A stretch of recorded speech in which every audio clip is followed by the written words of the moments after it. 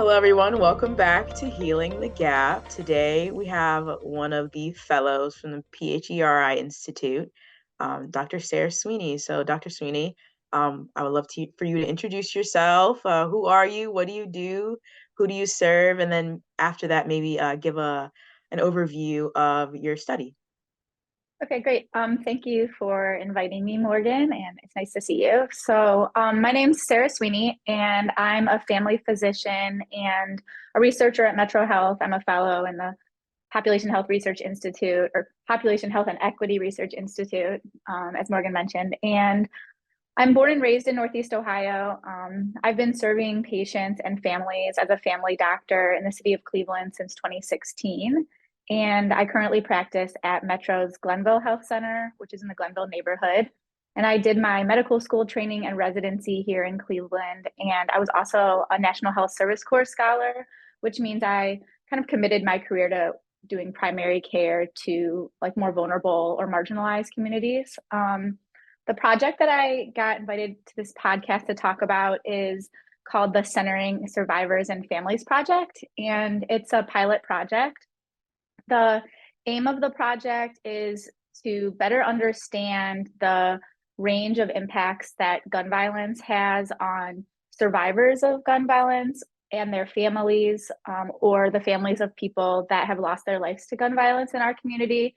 And we kind of have a second aim, which is also to kind of come up with a list of best practices or recommendations for like conducting research on communities that are impacted by gun violence that can kind of like contribute resources rather than just like extracting data and information. And it's a pilot project, so that kind of means that it's a smaller project to like explore a topic, but that might kind of lead to bigger projects. And it's also qualitative, which means that it's focused on like interviews and stories rather than numbers. And it's also community participatory, which means that we designed this project in a way that like how it was designed and thought up and implemented, that it's all collaborative with a community partner and also like people that are sort of directly impacted by gun violence. How did you get started in this research? What led you to this research topic? Yeah, so I guess trying to think about like how I even wanted to do research in the first place, I sort of thought for a long time that I wanted to go into medicine. But when I was in undergrad, I just had a chance to work with some researchers on a couple of different projects. One of them was about health disparities related to iron deficiency and childhood development. And I got to do some work, just like data collection on a project about refugees and sort of displaced people and their access to healthcare. And I think that sort of like gave me a flavor for research that wasn't just sort of like bench-based bio or chemistry research. And then I think that I'd always sort of been an activist. And I even started before I was in medicine as a community organizer, a faith-based community organizer in Detroit. And so I think I sort of, from that experience, understood like the different range of ways that we can have an impact. And then I went to medical school. I did my residency. I had a National Health Service Corps scholarship, so I had to like just be clinical. And so I was just like really in the trenches, doing clinical medicine and working mostly with folks from some of kind of the most hard off communities. I mean, I did a lot of work with people experiencing homelessness my first few years of practice, people living in public housing. I worked on a program for prenatal care and newborns in kind of the Cleveland Central neighborhood, which is one of our more like disadvantaged neighborhoods. And then I finished up that kind of repayment period. And about 2 years ago, I was sort of like struggling to understand how, as a doctor, I could have like more of an impact on like a bigger level. So like the individual level and at the bedside, but then like what would that look like for me? And I also was trying to think about like how to use some of the other skills that I have. I really like writing. I don't know, I like being creative. And I'd really been thinking back to some research that I had a chance to do when I was in medical school, which was qualitative. I had a really good mentor named Kurt Stange, who was just like a very amazing researcher around like the value of primary care. So I was kind of thinking about all of those things. And I also was trying to think about like how to kind of collaborate and work more closely with the people I was taking care of outside of just like a patient doctor relationship. And also like how could I work more with like community organizations and people in the community who are doing really good things that impact health just like in different ways than I did. So I was kind of thinking about all of those things. And a friend of mine suggested this fellowship at MetroHealth. So, which is a fellowship for doctors who want to sort of build their research skills. And I didn't know that my topic would necessarily be gun violence, but I knew I wanted my research to be directly linked to what I was seeing and hearing from my patients. And I think we're all aware of sort of the impact that gun violence is having in our community and that it's a public health crisis, an epidemic.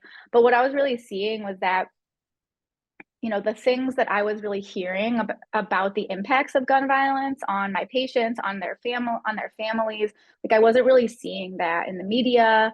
And I was kind of like struggling to find resources for folks who had lost someone or resources for folks who were injured and their families, particularly like months or years down the road.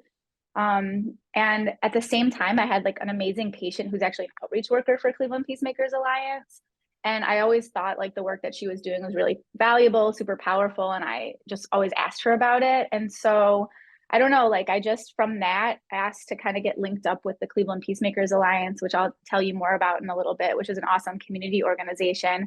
And we were just thinking about ways that we could collaborate. And we just really like came on this piece of like my experience as a doctor, their experience doing work in the community, that like we really have to like build on some projects that center like survivors and their families and the families of people who've lost folks. And that we also kind of came up with that we really wanted to find a space for people to tell their stories as we were thinking about the project. So this project sort of brings together my passion for wanting to support folks from like our local community, especially from neighborhoods that have been really marginalized or impacted by discrimination, and then finding ways to collaborate with organizations like in a really authentic way. And then I also think that this project in particular also weaves in like anti-racism work and justice in like a way like as a part of the process, and to think about how to like shift power, resources, money, whatever that is, from bigger institutions into community organizations. So I think it kind of builds on all of those pieces that like I was hoping for in my research work. Does that Mm-hmm. answer your question?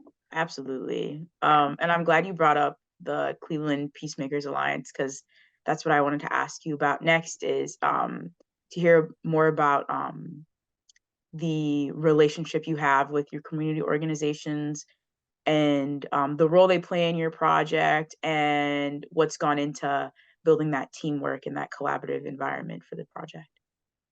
Yeah, thanks. I'm really proud of the work, the collaboration that we've had with the Peacemakers. The Cleveland Peacemakers Alliance is amazing. So for anyone listening, like check them out, donate, collaborate with them if you're a researcher and you have something linked to it.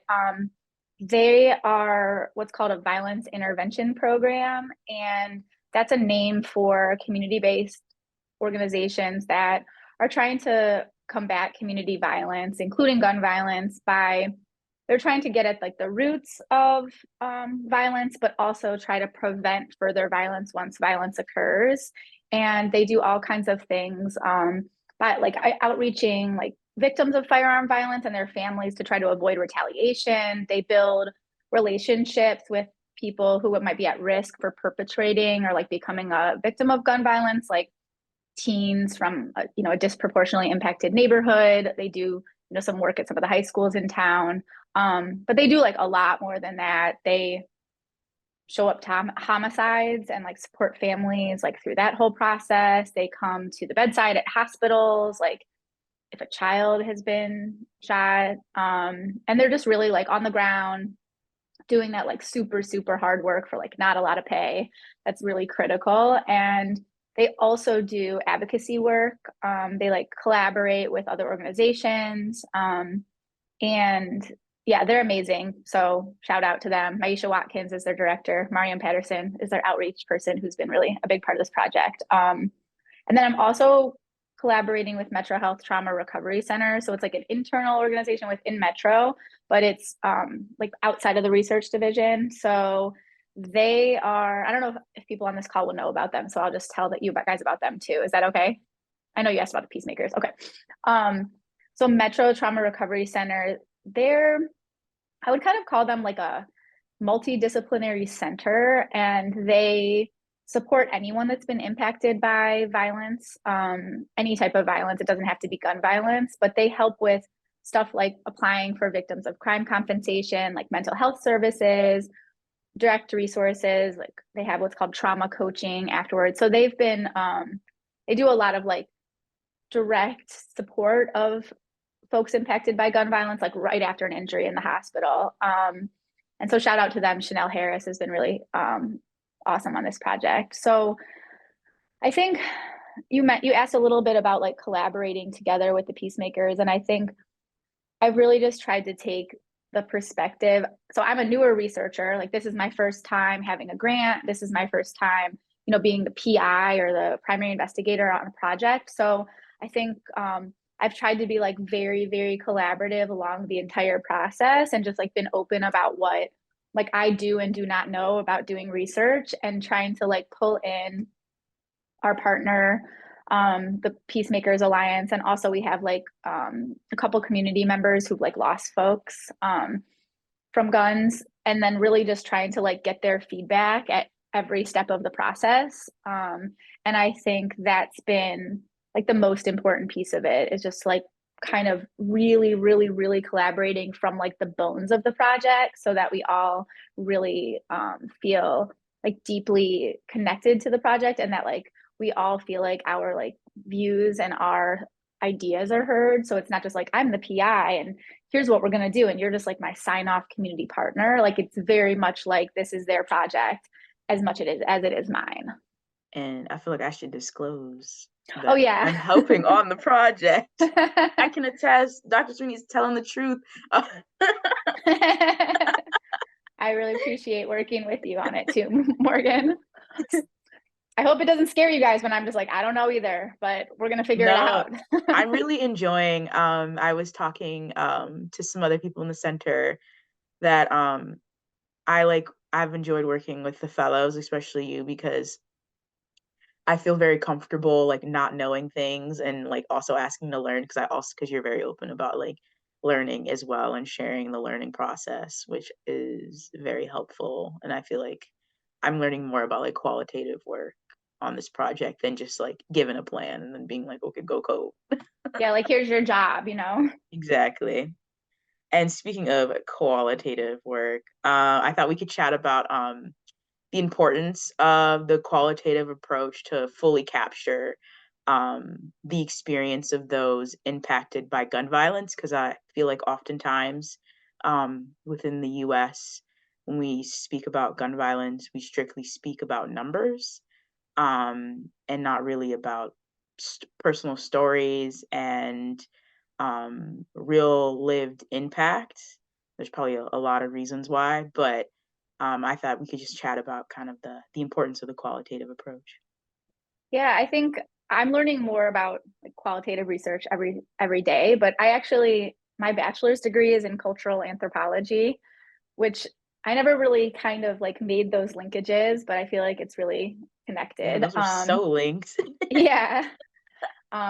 Frankly, I just was studying political and social movements in Latin America and learning like everything I could about that. But yeah, I think, the reason, so qualitative research, I think is becoming like more popular. I think a lot of folks are starting to try to have, include it into their research. And what I really hope to be at some point is like a very strong, like mixed methods researcher where I can sort of combine qualitative research. So, research that, what is qualitative? I think wrapping my brain around it is sort of like research that can really show the depth and like the full experience of the topic that's being explored. If it's about people, it'd be like that full experience and humanity of that. And then the quantitative data, can give us more like a granular understanding of trends and relationships between different factors. So I think they're both really important. The other thing about qualitative research is it's really good to use when you're really trying to explore something you don't know as much about. And, when it comes to gun violence, there was a restriction on federal funding for gun violence that lasted actually until 2019. And even now, when it comes to like bigger NIH funding or CDC funding, there isn't as much funding for it. And so we have so little information about, we have lots of anecdotal information. We understand in our community how much it's impacting us, and every community now in the US understands that, but like we don't have the research on it. So I think also qualitative data is really appropriate here because we're also exploring themes to sort of really try to get at some things that we don't actually know about yet. In terms of the impact of gun violence, we know some about like how many people die from guns every year. We really don't even have a clear number about how many people are injured by guns every year. There's no big national database. So we're really trying to there's a couple projects doing that, but we're really having to kind of just extrapolate. So we don't even know that. And then when it comes to the impacts, we have only really recent information about some folks have done some really interesting work on looking at insurance data and connecting someone who was injured with their family members who are under the same insurance. And they've been able to sort of show some mental health challenges, some changes to healthcare access, drug and alcohol use, pain disorders, but that's quantitative and that's also very early. So I think for this particular issue, qualitative super important, but also I just really love I feel like when it comes to, so why do I even want to do this research? I don't want anyone else to die from guns. I mean, at the end of the day. And then I also want all the people that are impacted that we really wrap around folks so that they can have a full and healthy life, even if you've lost someone, even if you've been, injured. And so I think if I think about the impact of my research, having those stories alongside the numbers, I think also has just a bigger impact. And frankly, when we had the discussions going back to working with the community partner, I was really thinking this would be a mixed methods project. And I think at some point it still will be, but when we were talking about what kind of research we wanted to do, my community partner wasn't saying let's get all the data. They want all the data and they are working on getting all that data and what that looks like. But they were really we really want a place that people can tell their stories. And so I think that also kind of pushed us towards a qualitative approach. And then I also think sometimes people think the qualitative research, it's not as rigorous. It's how can you really trust it? And it's very rigorous. And it's really, it's actually really hard work. And I think that sometimes pushes people away from it as well. But I think it's really, really interesting to try to take an interview and not just read it and think about what you feel or wow, that happened to someone, but then to really try to get at what is this person saying. And I think that's from my next steps process, being a part of this qualitative process, I think is connecting me to the people who've been directly impacted in a way deeper way. I have my patients and that's directly connected me really directly. And then also through these interviews, I feel really connected to the people that are really, really, really deeply impacted. Mm. Yeah, I very much agree. Being able to read someone's story. I think people see research as very hard and from the outside looking in, but with the qualitative angle, it feels very much way more human. I don't know this person's name. I don't know what they look like. I don't know anything about them. I'm purely just reading their words. And it's so impactful. And those things really stay with you. You're oh, whenever I talk about our sleep apnea study, I'm oh, I remember this person saying this. You're so much more attuned to the details of the human experience when it comes to qualitative research. Um, yeah, and also I think going back to what you said about like like the ultimate aim, I think most people would agree is like stop gun violence, limit it as much as possible. And I think what I really love about this project of like centering the impact is that within like the limitations and the confines of like our societal reality of like we are in a position as a country where we, especially as just little people here, can only do so much to prevent gun violence deaths. Like what I love about this project is that even though maybe like that's not something that this grand goal is not something we can get to at this moment, what we can do is make sure that people who are impacted feel supported the best they can. Like we can't get rid of this, but how can we help these people as much as we possibly can? Because Yeah, it's absolutely. it's an indiscriminate issue.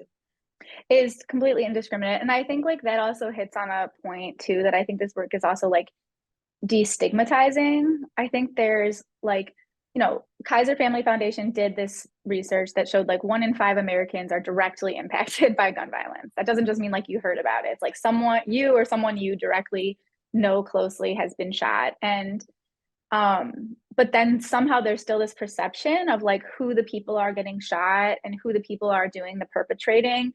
And I think that when there's that stigma, it really separates us from really seeing this as an issue impacting like all the communities in our country. And I think that this doing, especially like showing the stories, I think really can help people realize that like this isn't just one group of people's issue to fix.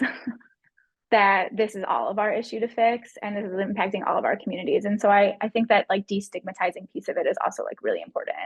Mm-hmm. And you touched on like, all the things that we need to do to impact gun violence, right? And, we need, of course, like stricter laws on the use of firearms in this country. And, we don't need people to have a sanctuary city where like you have no training and you can just like carry a gun in schools and hospitals. Like that's insane. So like how can this work push us towards like a regulatory environment that we need? How can this work push us towards like you know a, a social environment that we need? Like there was a change in the victims of crime compensation fund, that I can't remember the exact issue, but like there were limitations on if you could receive resources if like the person who had passed away had had a felony or something like that. And they changed that. But those are the kind of things like we need to like dig at to figure out like where are we restricting folks from resources that's sort of like rooted in discrimination and stigma. And I think a lot of those things exist. Mm-hmm. So yeah, I think there's a lot of pieces. Although I would say that's challenging thing as a researcher is to sort of like focus on your small thing, like keep the big picture and like not get overwhelmed, Yeah. particularly for something like gun violence. Yeah, something that's so like it's very uncharted territory within the research world. Yeah, and it's so big. I mean, it's just like enormous. Yeah, and I feel like it's very, I don't know if interdisciplinary is the right word, but very connected to other like societal issues like there's so many linkages between like gun violence and mental health, gun violence and domestic violence, gun violence and XYZ. Like there's it's so connected to everyday life or like different issues within the US because of how ingrained it is in the culture here. But that limitation of like, oh, like for X amount of years, because of like the Dickey Amendment, we weren't even like allowed to like we weren't allowed to Research say it. gun violence. Like the CDC was like, mum's the word. NIH was like, no, we can't. And so and I also think about like, oh, like what other like facets of life or issues in our society have we like glossed over or not been able to think about or do research on because of the limitation of not viewing gun violence as a public health issue. Yeah, and like, we like researchers and like physician leaders have called it, a public health crisis, right? And not every city has declared it. Because if you declare something like a public health crisis, like there is federal funding or there's state funding that gets released for it. So it's like even that kind of thing, like physician leaders are calling it a public health crisis, but like how do we what does that actually mean on how we work? And, I think the other piece too is like sometimes when there's something so big like this, we think like, oh no, we like can't impact it. But it's like, no, there's real things. Like we had a restriction on federal funding, right? There's real things that like we should be angry about that and calling for, more NIH funding, more CDC funding, more like big grants to help with this, right? And there is a lot more focus on it lately. But then how do we make sure that, whoever is accessing that money like actually is doing the type of work that will impact this, right? And I also think you talked about like the public health crisis of it. I think it's easy when something's so pervasive and tough to imagine changing, like gun violence is in this country, that it's easy to like normalize it. And there's a really cool group at Cleveland Municipal School District called Civics 2.0, and it's young people in the Cleveland School District high schools that work on like how to put like policy into action, basically. And one of their topics that they focus on is gun violence. They have this like certified nerds against gun violence group. They do really cool stuff. But I went to one of their meetings, and their leader or their like faculty advisor, Miss Gladys,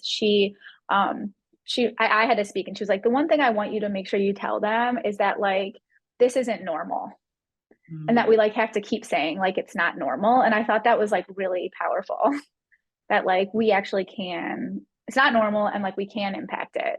That's very powerful because I think people they normalize it. And I remember learning, I think I had a reading once about like what does it mean to like, I think we were essentially challenged like, oh, like if what is your like perfect version of freedom? Like freedom dreaming and like imagining like any any limitations or boundaries like no longer exist. And like that challenge really makes you think of like, oh, like there are certain things that I just am complicit to like let happening to me because I think that like this is just how things are and there's nothing I can do to change them. And like I'm just, it puts a lot of the onus and burden on the individual instead of like this is a larger issue that should not be happening at all.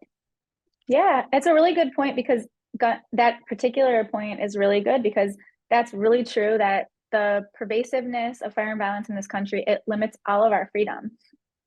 We don't go to places, we don't do things, we don't, and some communities are impacted huge. They don't exercise, they don't go outside their house at night, they don't visit certain stores or gas stations in their neighborhood because of guns, right? So like it's actually limits, that's actually a really, really, really good point, Morgan, because it really it limits the freedom of all of us in this country, the pervasiveness of gun violence, right?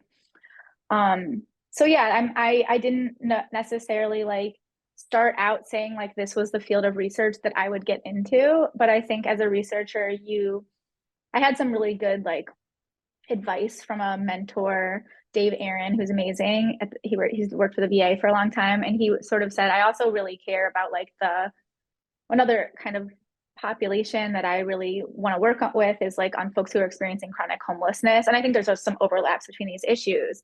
And he was just like, you also have to like kind of go with, the kind of opportunities or the relationships that like are there, if that makes sense, and allow that to kind of happen organically. And I think that that's sort of how I came into this particular topic. And like, I feel really like good to be here, if that makes sense. Yeah, let the community guide you. Yeah. Yeah. And like, let my patience too, right? Yeah. And in my heart, I don't know.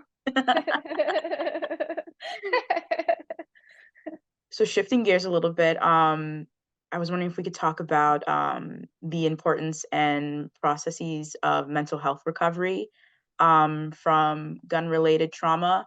I know from because I've been helping out on the analysis that that's something that's come up a little bit within our preliminary. So I was just wondering if we could chat more about that. That's a lot, right? Yeah. Honestly, like sometimes I'm even kind of overwhelmed by the like amount and depth of trauma that people in our community are experiencing, both individually and just at the community level. I feel like I've been even more clarified from this project on like we really have to listen to the people who've like fought their way to healing after losing someone or having an injury in their family or being injured, to really listen to what has helped them from a mental health perspective. And I think we have to think more broadly about what does mental health support and recovery look like. I think overall we do, but especially in this population. And I think sometimes mental health recovery might look like finding a new place to live if your family member was murdered near your home. It might look like sort of like somatic and non-verbal, not talk therapy, like art therapy or music therapy, or spiritual connection. It might look like financial resources so that you can actually take time off work to heal your mind and your body after like suffering a really tremendous loss. So I think when it comes to like what does mental health look like or recovery after a gun related trauma, I mean, I think, do we need lots more therapists? Do we need lots more therapists who are culturally congruent to the folks that are impacted? Do we need more therapists who come from direct lived experience of this? Absolutely. But is it just, like this narrow view of like talk therapy, or even like all the range of therapies that we use regularly? I think we have to think kind of like more broad in terms of like, what does that look like? And I think that's something that we're really hearing in our interviews. I mean, people's neighbors showing up for them was really a big piece of mental health recovery for some of our participants and some of my patients. And so like if your community gets really broken because there's a lot of abandoned homes on your street or whatever it is, and then you don't kind of know your neighbors, of different factors related to housing, then like you don't have that piece of like community support that you need that might be really essential here. So I think there's a broader way to think about it. And I think it's a long process from anyone who experiences a loss, but when you think about gun violence, like many times people are losing someone in like the prime of their life.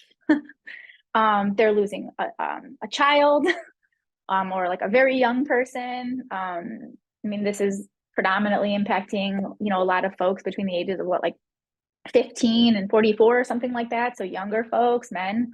And that's and then those folks are being lost or injured like suddenly. So I think like that's a different kind of grief than maybe some other losses that we know about. I think that there's cumulative impacts that are happening, that people have like more than one person that they've lost or more than one person that's been injured. And then I also think like the types of, when we think about just like a survivor, so someone that was injured and they survived, we have guns now that are on the street that can shoot like many more rounds more quickly. And so like the types of injuries that people are surviving from can be just like really extremely life altering. Like maybe you're paralyzed or you have to have a colostomy bag. And so like thinking about what does that look like to like kind of recover from a mental health perspective. So those are kind of the things that I think about with this from this project. And I think your response to that segues really great into my next question about just like what are like preliminary findings, or what have you seen so far are some of the most like pertinent needs for folks who've been impacted by gun violence, as well as maybe something that I've noticed is just the spectrum of impact as well. And so maybe that's something we can talk about too. We will have more in terms of when it comes to qualitative research, we'll have more about what we really see as our themes. But I think we've definitely confirmed that people want to share what they've gone through when it comes to gun violence, and that people want to contribute to helping other people going through the same thing. I think that we expected to hear about ways that people are impacted beyond what we usually think about. Like we expected that we'd hear maybe some things around kind of the social drivers of health and how people get impacted. And I think we're confirming that we're seeing a lot of that, and we're hearing that in ways that we didn't expect. I think we're hearing things about how the larger community is impacted when we lose people who have a positive role in the community. And I think we don't hear that story. I think we're hearing about like the loss of people who are really positive and impactful in their community already, and what that means when we lose them. And I think we're hearing that in some of our interviews. I think we're also hearing about that folks need support in a more long-term way, that like it's not just right after something happened, but it's months and years down the road. Um, and then I think that I sort of touched on this, but I think we're confirming that communities that are sort of disproportionately impacted by gun violence, like parts of our Cleveland community, or perhaps all, that sort of gun violence is exacerbating existing inequalities and like marginalizations, like housing and job security and financial resources, childcare, social support. So sort of like the overlap of that. And like for me, this isn't in like our interviews, but I think that we didn't have a super hard time recruiting participants for this study. In fact, we have more than we can even interview.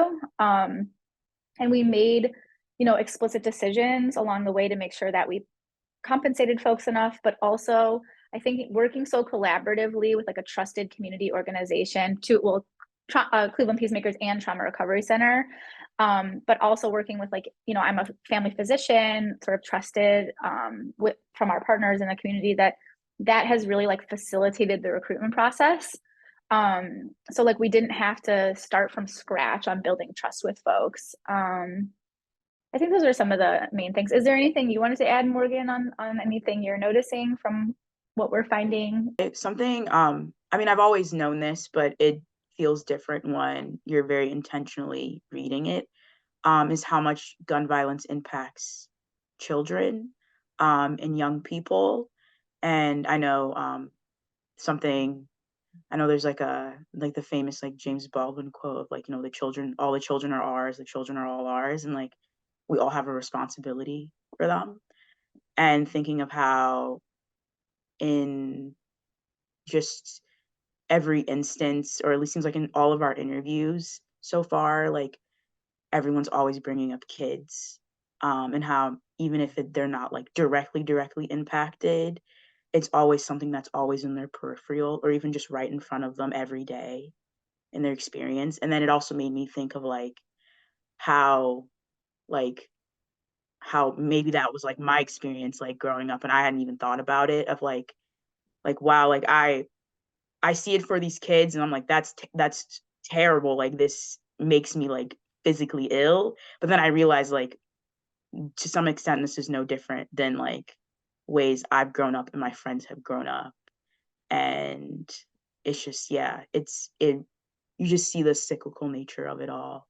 And so that's been something that's really struck with me upon like reading um our interviews and things like that. And also, I mean, we've only interviewed adults, but I'm talking about like also just like making sure that this research reaches children as well. Mm-hmm. Um, because I know that's a part of our interview guide towards the end.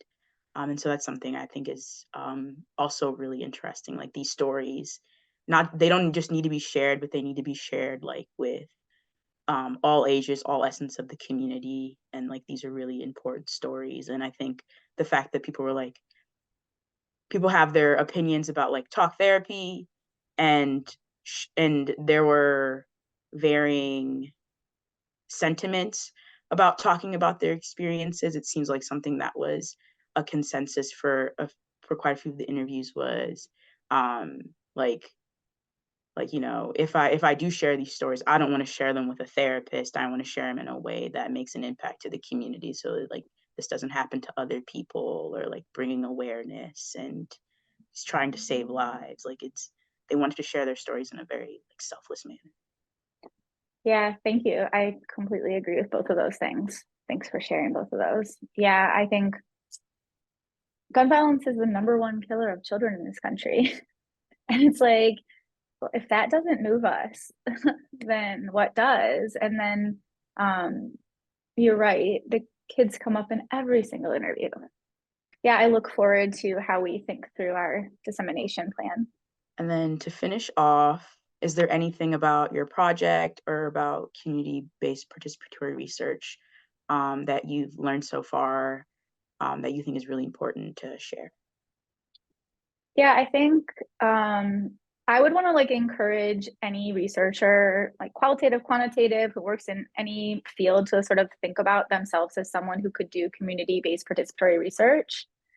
I think it's not something that you have to be an expert at to get started. I'm definitely not. And the most important part about it um, is that you just be honest about like what you can and can't do and what your skills are, that you are like accountable to anything that you promise, and you try to be just like really authentic when you're trying to work alongside your community partner as you develop the project. And I think, research, I mean, I sort of like coming from medicine, like medicine's messy and you have to be flexible. So I think like that helps me be a researcher because I'm like used to having to like not knowing and then figuring things out and asking for help if I need it. So that you just sort of have to be flexible. And I think I'd also say that, you know, community-based participatory research is actually like a strength to the process rather than like an extra thing you need to do or a hindrance or something hard and difficult to do, that it really like makes the research fuller, that it makes the research better. And so I think I would just like encourage any researcher if they're listening to this to like think about how it could actually be something they do, even though if they don't like think of themselves as like a community-based researcher. And then like on the other side, I think for like community partners, that think of yourself as someone who can do research too, and that like there are researchers that like really want to work with folks and like learn together about how to like break down those barriers for folks in the community to be like involved in research and actually like lead it. So yeah, I think those are kind of like my final thoughts. And I guess I really appreciate you asking me to be interviewed. I'm really like proud of this project. And again, like I want to thank Cleveland Peacemakers Alliance, the MetroHealth Trauma Recovery Center, and like all the folks that have like been a part of our community advisory board. I'm just here like representing our team, but by no ways like is this like my project. Yeah, thank you so much for coming and chatting. I think this was a very, I don't know, we kind of went off, we were just going.